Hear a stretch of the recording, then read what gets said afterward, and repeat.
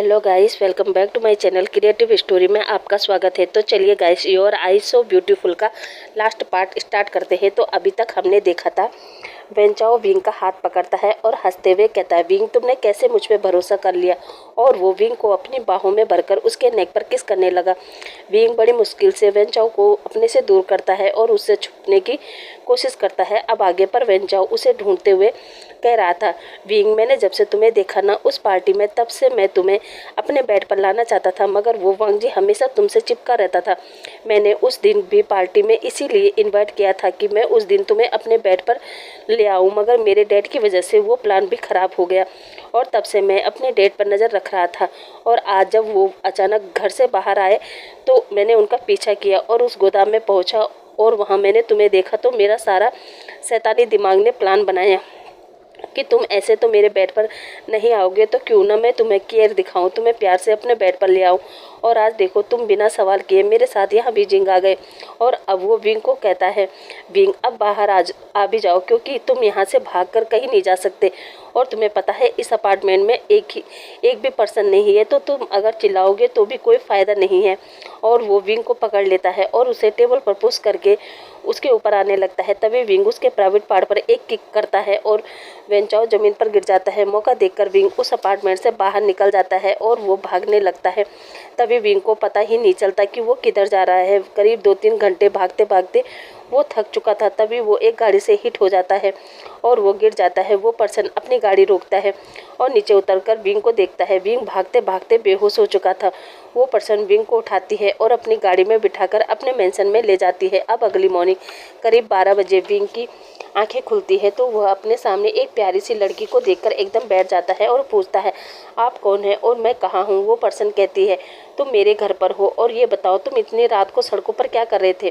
तभी विंग कहता है, वो मैं किसी से बचकर भाग रहा था। विंग कहता है, पर आप कौन है। वो पर्सन कहती है, मेरा नाम वेनिंग है और वो विंग से कहती है, तुम फ्रेश हो जाओ और ब्रेकफास्ट कर लो, वैसे भी लंच टाइम हो चुका है। विंग ये सुनता है तो कहता है, टाइम कितना हुआ। वेंचिंग कहती है, 12 बज चुके हैं, तुम थके हुए थे तो मैंने तुम्हें आराम करने दिया। तभी एक सर्वेंट आता है और वो वेनिंग से कहता है, बेबी आपको सब लोग नीचे बुला रहे हैं। वेनिंग कहती है, ठीक है मैं अभी आती हूँ। और वो विंग से कहती है, तुम फ्रेश होकर नीचे आओ। विंग हाँ में सिर हिलाता है। अब वेनिंग नीचे आती है और अपनी सिस्टर वेंचिंग से कहती है, सीजे आप लोग कब आए, आई मिस यू सीजे। और वेंचिंग को गले लगाती है। वेंचिंग कहती है, हम लोग कल शाम को आए, पर तुम बताओ तुम कहाँ थी। वेनिंग कहती है, सीजे आपको तो पता है ना, मुझे कभी कभी ही टाइम मिलता है अपने दोस्तों के साथ एंजॉय करने का। तो कल क्लब में काफ़ी देर हो गई और सुबह के 4 बजे मैं वापस आई और उसके बाद मैं सो गई। तभी वो लोग हॉल में आते हैं तो वहाँ सीजेन और मिसिस लेनी बैठी थी। वेनिंग दोनों को ग्रीट करती है और अपने सीजे के कानों में कहती है, क्या बात है सीजे, आपके बॉयफ्रेंड तो बड़े हैंडसम है और आपकी मदर इन लॉ भी, काश मुझे भी ऐसी ही फैमिली मिल जाती तो क्या बात थी। वेंचिंग हंसते हुए कहती है, तू चिंता मत कर, तुझे भी मिलेगी मेरी फैमिली जैसी फैमिली। तभी विंग सीढ़ियों से नीचे आता है। वेंचिंग जब विंग को देखती है तो वह वेनिंग की तरफ इशारा करती है और पूछती है, ये कौन है। वेनिंग कहती है, ओ सीजे ये कल इसका एक्सीडेंट होने वाला था मेरी गाड़ी से, ये बेहोश हो गया था तो मैं इसे यहाँ ले आई। और वो विंग के पास जाती है और उसे डाइनिंग टेबल पर ले जाती है और एक सर्वेंट से कहती है, विंग के लिए कुछ फूड और जूस ले आओ। इधर सब लोग काउच पर बैठकर आराम से बात कर रहे थे। विंग अपना फूड खाता है और उसके बाद वो वेनिंग से कहता है, क्या आप मेरी सीजे को कॉल कर सकती हैं। वेनिंग कहती है, हाँ क्यों नहीं, नंबर दो मैं लगाती हूँ। और विंग को कहती है, तुम अपना ड्रिंक ख़त्म करो। विंग सीजे का नंबर बताता है तो वेनिंग के मोबाइल में यांगली का नंबर शो हो रहा था। वेनिंग जब ये देखती है तो वो कहती है, क्या तुम यांगली के ब्रदर हो। विंग कहता है, क्या आप मेरी सीजे को जानती हो। वेनिंग कहती है, हाँ वो मेरी बहुत अच्छी फ्रेंड है, तुम उसके कौन से भाई हो, बड़े या छोटे। विंग कहता है, मैं बड़ा भाई हूँ। तभी वेनिंग कहती है, ओह तुम आसिन हो। विंग कहता है, हाँ। अब वेंचिंग वहाँ आती है और वेनिंग से कहती है, वेनिंग अपने फ्रेंड से हमें नहीं मिलवाओगे। वेनिंग कहती है, सीजे ये मेरे फ्रेंड का भाई है आसिन, मेरा मतलब विंग। अब विंग अपने सीजे से बात करता है और वांगजी से भी बात करता है। अब विंग सबके पास जाता है और वेनिंग का फ़ोन लौटाता है, उसे थैंक यू कहता है। अब वेनिंग कहती है, तुम आराम करो, बाद में तुम्हें मैं घर छोड़कर आती हूँ। विंग कहता है, इसकी ज़रूरत नहीं है, मेरी सीजे आ रही है। यह सुनकर वेनिंग के दिल में भी एक अजीब सी खुशी होती है। करीब 2 घंटे बाद सारे लोग अपने कमरे में थे और वांग जी जोर जोर से चिल्लाता है विंग विंग। जब विंग ये सुनता है तो वो नीचे दौड़कर आता है और वांग जी को हक करता है। वांग जी की आंखों में आंसू थे और वो विंग के पूरे फेस पर किस करता है और कहता है विंग तुम ठीक हो? मैंने तुम्हें कहा था ना कि तुम गाड़ी से बाहर मत निकलना, फिर क्यों तुम गाड़ी से बाहर निकले? और वो विंग को इधर उधर देखकर कहता है तुम ठीक हो ना? तुम्हारे साथ कुछ हुआ तो नहीं? तुम्हें कहीं चोट वगैरह तो नहीं लगी है ना? और वो विंग को टाइट करके हक करता है। तभी बाहर से सोंगलेन, न्यूसेन, चैन और यांगली सभी लोग आते हैं और वो सबको देखकर हैरान हो जाते हैं क्योंकि वहाँ सीचेन और वांग जी के मॉम खड़े थे। तभी सीचेन कहता है वांग जी आप। वांग जी सबकी तरफ पलटता है और वह सबको देखकर हैरान हो जाता है। वांग जी कहता है गगा आप यहाँ? और फिर अपनी मॉम की तरफ देखता है और कहता है मॉम आप लोग यहाँ कब आए और आपने मुझे बताया क्यों नहीं कि आप लोग यहाँ आ रहे हैं? और वो अपनी मॉम को हक करता है। मिसेस लेनी वांग जी को हक करती है और उससे कहती है बेटा तू ठीक तो है ना?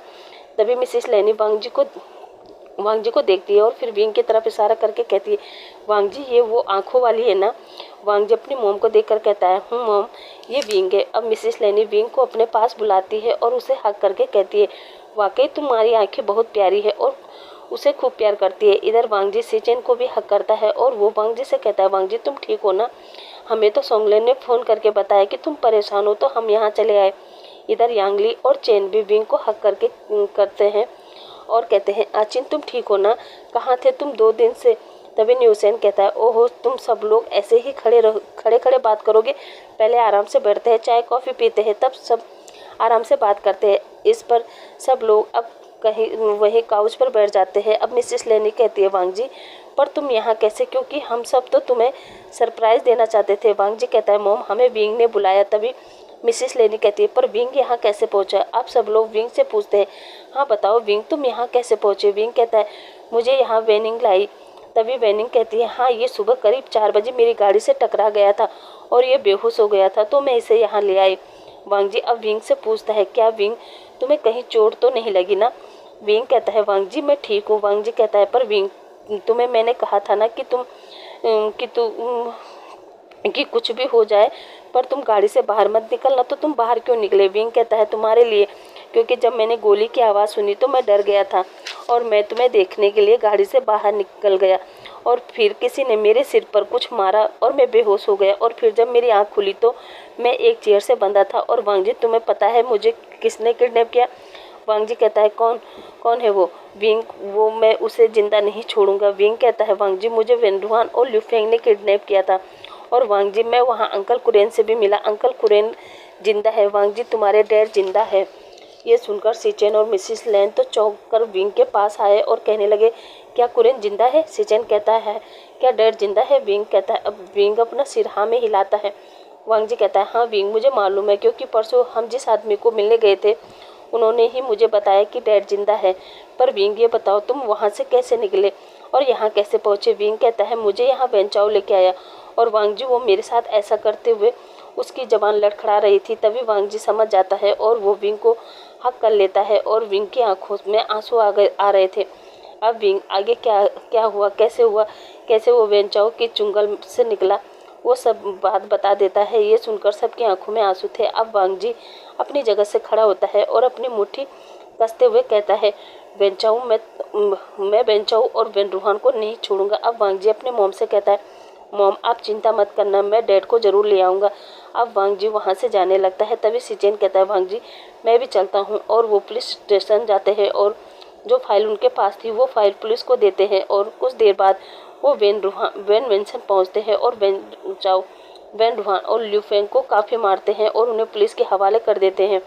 और पुलिस वालों को पता चल जाता है कि वो वेनरुआन और ल्यूफेंग ड्रग्स और कोकिंग का बिजनेस करते हैं। उनके सारे बिजनेस सील हो जाते हैं, उनकी सारी कंपनियों में ताला लग जाता है। वांग जी उन्हें पूरी तरह बर्बाद कर देता है। अब करीब 1 हफ्ते बाद कुरेन की आंखें हॉस्पिटल में खुलती है। कुरेन जब अपने सामने लेनी, सीचेन और वांग जी सबको देखता है तो उसकी आंखों में आंसू आ जाते हैं, क्योंकि कुरेन पूरे 4 साल बाद अपनी फैमिली को देख रहा था। डॉक्टर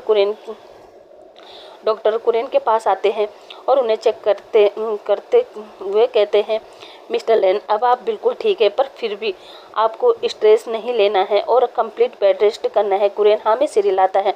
अब डॉक्टर वहाँ से चले जाते हैं। अब कुरेन सीचेन से कहता है सीचेन तुम लोगों ने बेन रूहान और ल्यू फेंग का क्या किया? सी-चेन कहता है, डैड हमने उनको पूरी तरह बर्बाद कर दिया और वो पुलिस की हिरासत में हैं। पर डैड आप ये बताइए कि आपको ड्रग्स किसने दिया और आपको किडनैप किसने किया और क्यों? अब हम यहाँ फ्लैशबैक देखते हैं। कुरेन जब जिन गोंगसा से मीटिंग करके वापस आ रहा था तब किसी ने कुरेन की गाड़ी के ब्रेक फेल कर दिए थे और जब गाड़ी के ब्रेक नहीं लगे तो कुरेन गाड़ी से कूद गए थे और वो सड़क पर बेहोश पड़े थे और जब उनकी आँख खुली तो वो बेन रूहान के कब्जे में थे और बेन रूहान ने उनसे कहा था कि वो इस मिल्क कंपनी के प्रपोजल को छोड़ दे, मगर मैंने उनकी एक बात नहीं मानी थी और मेरे पास पहले से उनके खिलाफ सबूत थे तो उन्होंने मुझे मारा नहीं। और जिस दिन उन्होंने मुझे किडनैप किया तो सी-चेन से प्रोजेक्ट से दूर हटने को कहा, पर मैंने सी-चेन और वांग जी को कुछ भी नहीं बताया था। जब बेन रूहान को ये पता चला कि सी-चेन और वांग जी को उस मिल्क कंपनी के बारे में कुछ भी पता नहीं है तो वो मुझे मारते थे और उन्हें वो सबूत भी चाहिए थे जो कि उन्हें फांसी के तख्ते पर पहुंचा सकती थी। वो मुझसे उस फाइल को भी लेना चाहते थे मगर मैंने नहीं बताया, इसी वजह से उन्होंने मुझे जिंदा रखा। वो हमारी पुरानी कंपनी में भी गए लेकिन उन्हें वहाँ भी कुछ नहीं मिला। तभी सी-चेन कहता है, पर डैड वो दूसरी मिल्क कंपनी कौन सी है जिसका प्रपोजल वो पाना चाहते थे? कुरेन कहता है, वो दूसरी कंपनी जियान कंपनी है। मेरे दोस्त जियान फेमियान की उसी प्रोजेक्ट से वो हटने की बात कर रहे थे। सी-चेन कहता है, पर डैड उस कंपनी का ओनर कौन है? कुरेन कहता है, उस कंपनी का ओनर मैं ही हूँ। मैंने सोचा जब उसके बच्चे बड़े हो जाएंगे तो मैं वो कंपनी उनके नाम पर कर दूंगा। पता नहीं उनके बच्चे कहाँ हैं? तभी वांग जी कहता है, डैड उनके बच्चे यहीं हैं और वो विंग के साथ ही हैं। विंग का नाम सुनकर कुरेन कहता है, हाँ वांग जी, विंग कैसा है? वो ठीक तो है ना? और हाँ, वेन चाओ ने मुझे ड्रग्स दिया था। उसने बताया कि विंग उसके चंगुल से भाग गया और फिर वो मेरे पास आया था। विंग का सारा गुस्सा उतारने के लिए उसी ने मुझे ड्रग्स दिया था। अब कुछ दिनों बाद कुरेन और मिसिस लेनी अपने बेडरूम में बैठे थे। तभी यांगली, विंग और चैन वहाँ आते हैं। यांगली मिस्टर लेन कुरेन को ग्रीट करते हैं। यांगली कहती है, अंकल आप कैसे हैं? कुरेन कहता है, मैं ठीक हूँ बेटा, तुम लोग कैसे हो? यांगली कहती है, हम ठीक है अंकल। और कुछ देर बात करते हैं। अब कुरेन यांगली से कहता है, बेटा जियान फेमियान ने मुझे एक जिम्मेदारी दी थी, मैं चाहता हूँ कि अब मैं वो पूरी करूँ। तभी विंग कहता है, कौन सी जिम्मेदारी अंकल? कुरेन कहता है, विंग तुम्हारी सीजे की शादी की जिम्मेदारी। अब कुरेन यांगली से पूछता है, बेटा क्या तुम्हें कोई पसंद है या मैं तुम्हारे लिए कोई अच्छा लड़का देखूं? अपनी शादी की बात सुनकर यांगली को शायद फील होता है और वो वहाँ से बाहर निकल जाती है। अब विंग और चैन वहीं बैठे थे। वो अंकल से कहते हैं, अंकल इस बारे में तो हमने कभी सोचा ही नहीं, पर हम सीजे से पूछकर आपको बताएंगे। अंकल कुरेन कहता है, ठीक है बेटा, और मैं अपने सारे बच्चों की शादी एक साथ करवाऊंगा। अब विंग कहता है, ठीक है अंकल, अब आप आराम करो, हम बाद में आते हैं। और वो तीनों अपने मेंशन से बाहर वापस आ जाते हैं। अब विंग और चैन अपने सीजे से कहते हैं, सीजे अब बताइए आपको कौन पसंद है? यांगली कुछ कहने ही वाली थी तभी वेनिंग कहती है, विंग मैं यांगली को लाइक करती हूँ। ये सुनकर विंग और चैन हैरान होकर कभी यांगली को और कभी वेनिंग को देखते हैं। चैन कहता है, सीजे ये कब हुआ? मेरा मतलब आप और वेनिंग। तभी वेनिंग कहती है, चैन तुम्हें तो पता है जिस दिन वांग जी का बर्थडे था उस दिन यांगली एक पार्टी में थी। चैन कहता है, हाँ वेनिंग। वेनिंग कहती है, उसी दिन जब मैंने यांगली को देखा था तो मुझे यांगली से प्यार हो गया था, पर मैंने यांगली से नहीं कहा था कि मैं उसे लाइक करती हूँ, पर शायद हमारी किस्मत में मिलना था। फिर उसके बाद जब मैं विंग को अपने घर ले गई तब मैंने यांगली से कह दिया था कि मैं उसे लाइक करती हूँ और वैसे भी तुम दोनों तो अमेरिका चले जाओगे तो यहाँ यांगली का ध्यान रखने के लिए तो कोई होना चाहिए था ना। तभी चैन और विंग यांगली को हक करते हैं और कहते हैं, नहीं हम अपनी सीजे को छोड़कर नहीं जाएंगे, और वैसे भी अगर वांग जी यहाँ रहने के लिए मानेगा तभी मैं उससे शादी करूँगा। चैन भी कहता है, हाँ, और सोंगलेन भी, तभी हम शादी करेंगे वरना नहीं। यांगली कहती है, नहीं चैन, विंग तुम ऐसा नहीं करोगे, वैसे भी अंकल कुरेन और वांग जी ने हमारे लिए बहुत कुछ किया है। तभी विंग कहता है, पर सीजे एक बार पूछने में क्या जा रहा है? और विंग कहता है, मैं तो अभी पूछता हूँ। और वो अपना फ़ोन उठाता है और वांग जी को कॉल करता है। वांग जी फ़ोन देखता है और कहता है, हाँ विंग, जल्दी कहो, मेरे पास टाइम नहीं है, मैं ज़रूरी वर्क कर रहा हूँ। तभी विंग अचानक कहता है, वांग जी अगर तुम मुझसे प्रॉमिस करो कि तुम शादी के बाद यहीं रहोगे तो ही मैं तुमसे शादी करूँगा, वरना तुम अपना देख लो। और वो फ़ोन रख देता है। इधर वांग जी शौक में था कि विंग ने अचानक ये क्या बोला और वो जो काम कर रहा था वो छोड़ देता है। इधर सोंगलिन भी वांग जी के पास आता है और कहता है, वांग जी चैन शादी के लिए मान गया। पर उसने शर्त रखी है। ये सुनकर वांग जी कहता है क्या शर्त, कौन सी शर्त? सोंगलेन कहता है वो चाहता है कि मैं यहीं चाइना में रहूं। वांग जी कहता है क्या, पर तुमने क्या कहा? सोंगलेन कहता है मैंने तो हाँ कर दी, और वैसे भी वांग जी तुम्हें तो पता है मेरा कोई नहीं है, न मॉम न डैड, मैं तो यहीं चैन के साथ रहूँगा। वांग जी कहता है क्या तुमने हाँ कर दी? सोंगलेन कहता है ऑफकोर्स, वैसे भी मैं अपने चैन से बहुत प्यार करता हूँ। अब शाम के 7 बजे वांग जी अपने मॉम डैड के पास जाता है और उन्हें ग्रीट करता है। मिसेस लेनी वांग जी का चेहरा देखती है और कहती है क्या बात है वांग जी, तुम्हारा चेहरा उतरा क्यों है? वांग जी कहता है मॉम डैड, वो विंग चाहता है कि हम यहीं रहे चाइना में, तभी वो मुझसे शादी करेगा, वरना नहीं।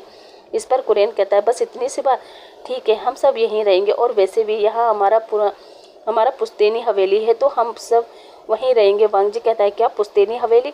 कुरेन कहता है हाँ बेटा, तुम्हारे दादा परदादा यहीं चाइना में रहते थे, वो तो मैं अमेरिका चला गया था और वहीं पर बिजनेस स्टेप कर दिया था, तो मैं कभी कभी यहाँ आता था। कुरेन कहता है वैसे भी मैं सोच ही रहा था कि क्यों ना अब हम साथ में रहे, सीचेन को भी यही बुला लूँ और अपना बिजनेस को यहीं स्टेबल कर लूँ। मिसेस लेनी कहती है कुरेन ये तो बहुत अच्छी बात है, और वैसे भी अगर हमारे बच्चे खुश तो हम भी खुश।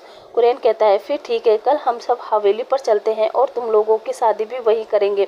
अब अगले मॉर्निंग वांग जी उठता है और अपने मॉम डैड को ग्रीट करता है और वो ऑफिस निकल जाता है। इधर कुरेन और लेनी भी अपनी पुश्तैनी हवेली जिंसी के लिए आते हैं। वांग जी अब जब ऑफिस पहुंचता है तो वो जाते ही विंग को हक करता है और उसके लिप्स पर एक सॉफ्ट सा किस करता है और उससे कहता है विंग मैं आज खुश हूँ, बहुत खुश हूँ, क्योंकि मॉम डैड चाइना में रहने के लिए मान गए। और तो और विंग तुम्हें पता है यहाँ हमारी पुश्तैनी हवेली है। विंग खुश होकर कहता है सच में वांग जी, क्या अंकल आंटी यहाँ रहने के लिए मान गए? मैंने सोचा कि अंकल आंटी यहाँ रहने के लिए मानेंगे ही नहीं। और वो दोबारा वांग जी के लिप्स पर अपना लिप्स रख देता है और उसे किस करने लगता है। तभी सोंगलेन ऑफिस कैबिन में आता है और विंग और वांग जी से कहता है अरे यार तुम लोग कभी भी कहीं भी शुरू हो जाते हो, थोड़ा तो कंट्रोल किया करो। अब विंग और वांग जी एक दूसरे से अलग होते हैं। वांग जी कहता है सोंगलेन माना तुम मेरे फ्रेंड हो, पर मेरे केबिन में आने से पहले नॉक किया करो। सोंगलेन कहता है अच्छा मैं तो भूल ही गया था कि इस ऑफिस के केबिन में मेरे दोस्त के अलावा अब तो तुम्हारी लाइफ पार्टनर भी रहती है। और किसी ने सच ही कहा है जब लाइफ पार्टनर मिल जाता है तो यार को भूल जाता है। विंग कहता है सोंगलेन ऐसी कोई बात नहीं है, और वो सोंगलेन को हक कर लेता है। वांग जी जब ये देखता है तो वो विंग को सोंगलेन से अपनी तरफ खींचकर कहता है सोंगलेन तुम यहाँ क्यों आए थे? सोंगलेन कहता है ओह ये तो मैं भूल ही गया था, अंकल का फ़ोन आया था, उन्होंने मुझे कहा कि तुम विंग को साथ लेकर हवेली पर आ जाना, क्योंकि अंकल आंटी चाहते हैं कि तुम लोग अपने हिसाब से अपने कमरे का वलर चेक करके बताओ। अब वांग जी विंग से कहता है विंग तुम चलोगे मेरे साथ जिंक्सी में? विंग जो शायद फील कर रहा था वो कहता है ठीक है वांग जी। अब ऑफिस वर्क ख़त्म होने के बाद विंग और वांग जी जिंक्सी जाते हैं। वहाँ पहुँचकर जब विंग बाहर से हवेली को देखता है तो कहता है वाओ वांग जी ये कितना ब्यूटीफुल है, मुझे नहीं पता था कि ये हवेली इतनी खूबसूरत है। वांग जी कहता है विंग मुझे भी नहीं पता था कि यहाँ हमारी पुश्तैनी हवेली है। अब वो लोग गेट ओपन करते हैं। जब विंग और वांग जी अंदर जाते हैं तो दोनों ही शॉक हो जाते हैं, क्योंकि जिंक्सी जितना ब्यूटीफुल बाहर से दिख रहा था उससे भी खूबसूरत अंदर से था। विंग कहता है वांग जी ये तो वाकई इतना खूबसूरत है कि मैं शब्दों में बयान नहीं कर सकता। अब वो दोनों एक एक करके पूरी हवेली घूमते हैं। उसके बाद विंग और वांग जी को एक रूम पसंद आता है। विंग वांग जी से कहता है वांग जी हम शादी के बाद यही रहेंगे, ये रूम मुझे पसंद है। वांग जी जो विंग के चेहरे की खुशी देख रहा था उसे ये देखकर अच्छा लगा कि जब विंग इस रूम में आया तो उसके चेहरे पर एक अलग ही खुशी है। वांग जी विंग के पास जाता है और उसे हक करके कहता है विंग तुम्हें ये रूम पसंद आया? विंग वांग जी की आंखों में देखता है और अपनी आंखें ब्लिंक करता है और कहता है हाँ वांग जी मुझे ये रूम बहुत पसंद आया। अब वांग जी विंग से अलग होता है और वहाँ बेड पर जाके लेट जाता है। विंग कहता है वांग जी ये तुम क्या कर रहे हो? वांग जी कहता है विंग मैं थक गया, मुझे थोड़ा आराम करना है। विंग कहता है क्या, पर ये अभी तैयार नहीं है, और वैसे भी सब हमारा इंतज़ार कर रहे होंगे। और वो वांग जी का हाथ पकड़कर खींचने लगता है, मगर वांग जी ही खुद विंग को अपने ऊपर खींच लेता है और विंग सीधा वांग जी के चेस्ट से हिट होता है। ये देखकर विंग अपनी आंखें बड़ी बड़ी करता है। वांग जी जब विंग की आंखों को देखता है तो कहता है विंग इतनी बड़ी बड़ी आंखें मत करो, तुम्हें पता है ना मुझे तुम्हारी आंखें बहुत प्यारी बहुत पसंद है। ये सुनकर तो विंग के ईयर रेड हो जाते हैं और वो अपनी नज़रों को वांग जी से हटाकर इधर उधर करने लगता है, क्योंकि विंग को वांग जी के इन बातों से शायद फील हो रहा था। अब वांग जी विंग से कहता है, विंग क्यों ना आज हम यहीं रहे। विंग कहता है, क्या तुम क्या कह रहे हो वांग जी, और वैसे भी मुझे भूख लगी है। वांग जी अब शरारती टोन में कहता है, ओ तो मेरे विंग को भूख लगी है, और वो फिर विंग को अपनी और पुश करता है। इस बार दोनों के लिप्स आपस में टकरा जाते हैं। अब वांग जी अपने आप को कंट्रोल नहीं कर पाता और विंग के लिप्स को अपने लिप्स से कैप्चर कर लेता है और वांग जी विंग को किस करने लगता है। ये देखकर तो विंग शॉक हो जाता है और वांग जी को देखने लगता है। अब वांग जी विंग के सॉफ्ट किस करने लगता है। अब विंग भी किस बैक करने लगता है। दोनों ही सॉफ्ट किस करते करते कब वो किस पैशनेट बन गई, दोनों को ही पता नहीं चलता। वांग जी विंग के लिप्स को लिक सक बाइट करने लगता है, जिससे विंग का माउथ ओपन हो जाता है और वांग जी एकदम से अपनी टंग को विंग के माउथ में इंजर्ट कर देता है और उसके पूरे मुंह को एक्सप्लोर करने लगता है। करीब 10 मिनट तक दोनों के बीच बिल्कुल हॉट किस चलता है। अब वांग जी विंग को छोड़ता है, दोनों ही हैवी ब्रीथ लेते हैं। अब वांग जी विंग के नेक पर आ जाता है और उसे किस लिक सक बाइट करने लगता है। विंग अपनी भारी आवाज़ में कहता है, वांग जी तुम क्या कर रहे हो, हमें घर जाना है।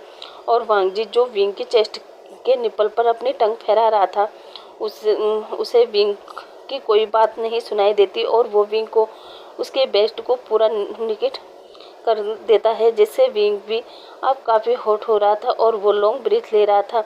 पर वांग जी तो विंग के उसके ब्रेस्ट एरिया पर लिक सक बाइट कर रहा था। अब विंग वांग जी को अपने से दूर हटाता है और बेड से खड़े होकर कहता है, बस वांग जी अब हमें चलना होगा, काफ़ी देर हो गई। वांग जी विंग का हाथ पकड़ता है और उसका हाथ अपने प्राइवेट पार्ट पर रखकर कहता है, विंग प्लीज़ इसे शांत करो क्योंकि ये मुझे पेन दे रहा है, प्लीज़ विंग।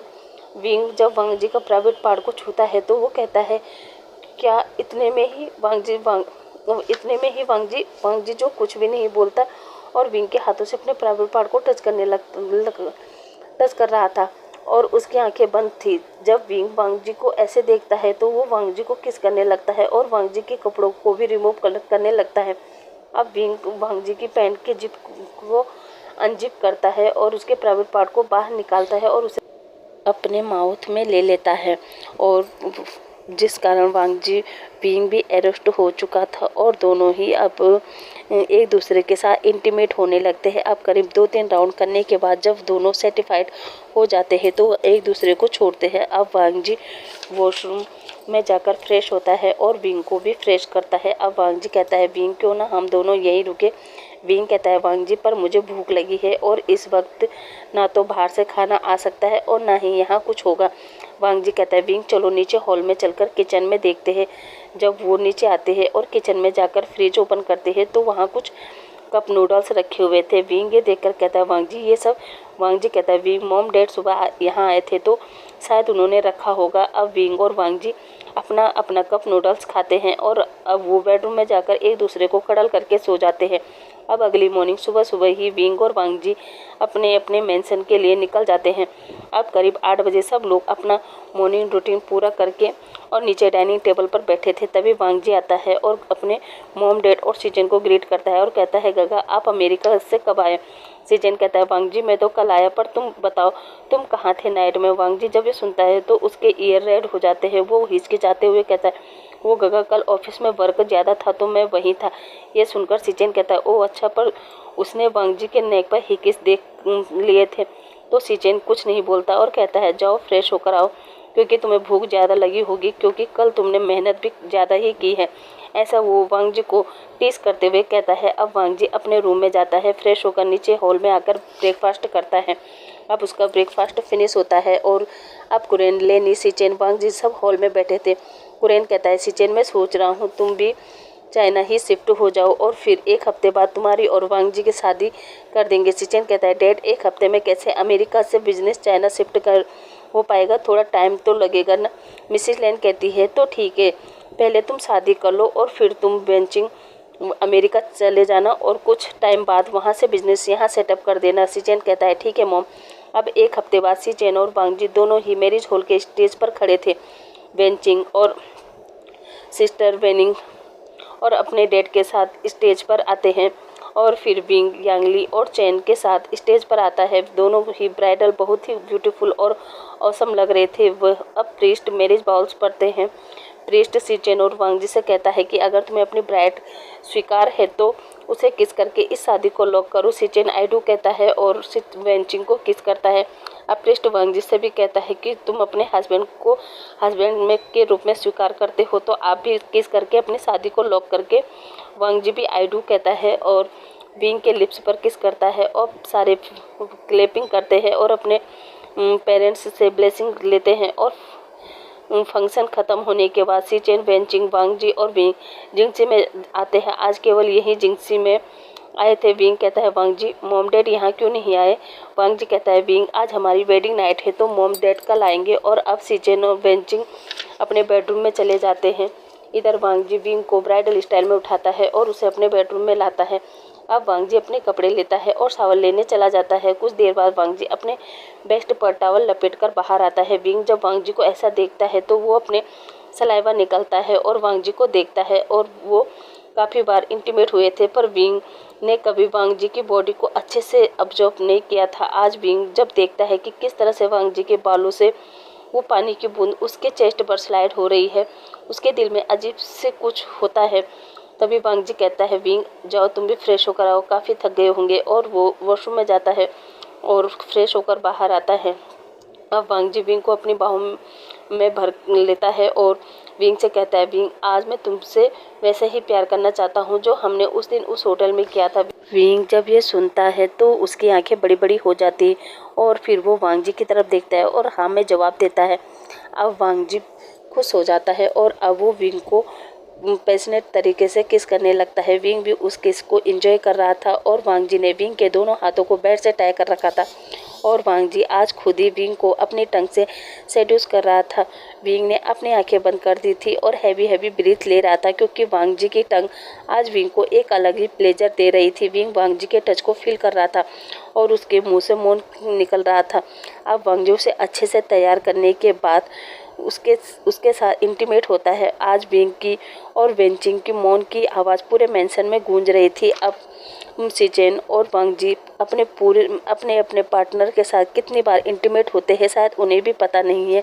अब हम टाइम स्किप करके 3 महीने आगे देखते हैं जहां कुरेन, मिसेस लेनी, सीचेन, वेंचिंग, विंग और वांग जी डाइनिंग टेबल पर बैठे थे। वो अपना ब्रेकफास्ट एंजॉय कर रहे थे। तभी अचानक विंग को वॉमिटिंग होती है और वो सीधा अपने रूम में भागता है। ये देखकर वहाँ पर बैठे सब लोग हैरान हो जाते हैं। वांग जी विंग के पीछे जाता है और विंग से कहता है विंग क्या हुआ। विंग कहता है पता नहीं वांग जी, शायद मैंने कल रात को उल्टा सीधा खा लिया था, उसी की वजह से शायद मुझे मेरी तबीयत खराब हो गई है। जो सुनकर वांग जी कहता है क्या, और वो जल्दी से अपना फ़ोन निकालता है और सीधा डॉक्टर को कॉल करता है। अब कुछ देर बाद डॉक्टर लैन मेंशन में थे जहाँ विंग का चेकअप किया जाता है और डॉक्टर लैन कुरेन मैडम लैन और वांग जी से कहता है कॉन्ग्रेचुलेसन मिस्टर लैन, वांग जी आप फादर बनने वाले हो। वांग जी शौक होते हुए कहता है क्या, और वांग जी को शौक देखकर सभी हैरानी से वांग जी को देखने लगते हैं।